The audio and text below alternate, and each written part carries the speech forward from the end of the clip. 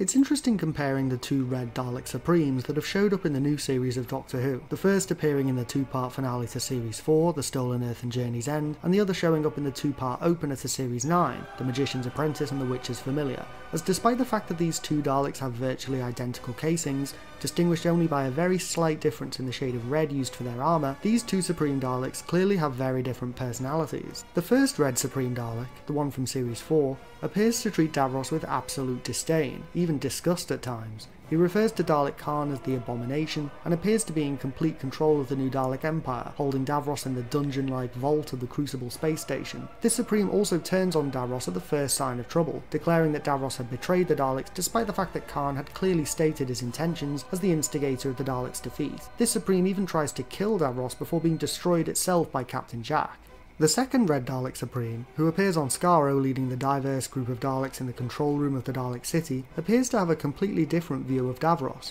treating the Dalek creator with care and respect, showing genuine concern when Davros appears to leave the infirmary that sustains his life force, and praising Davros when his complex scheme appears to succeed. Despite holding Davros in a dingy hospital wing and leaving most of his care to the Serpentine servant Colony Sarf, this Supreme Dalek clearly respects and even reveres Davros, treating him with much more deference than the comparatively ungrateful Supreme Dalek from Series 4. Despite having been grown from a cell of Davros' own body, and therefore not technically being a pure Dalek, the Supreme Dalek in the Medusa Cascade considers itself to be superior to Davros, who admits to the Doctor that an arrangement has been made that ensures that the Daleks will not kill Davros, but Davros is not in command of them. Although he is in a similar predicament in Series 9, admitting to the 12th Doctor that he does not control the Daleks, Davros appears to have a much closer relationship with his creations, as they agree to use their life force to keep him alive, and he in turn refers to them much more fondly, considering them to be his children, and himself to be their father. The Supreme Dalek on Skaro is also quick to praise Davros when he grants them regenerative powers, showing how much more respect Davros has from his creations at this point in their timeline, and illustrating the most notable difference in personality between these two Supreme Daleks. There are examples of other Red Dalek Supremes in Doctor Who lore, as this colour scheme was the standard design for Supreme Daleks during the point in their history directly preceding the Time War. For example, a Red Supreme Dalek led the attack on the Cathedral of Contemplation, commanding an army of Grey Daleks, and was stopped by the 4th and 10th Doctors.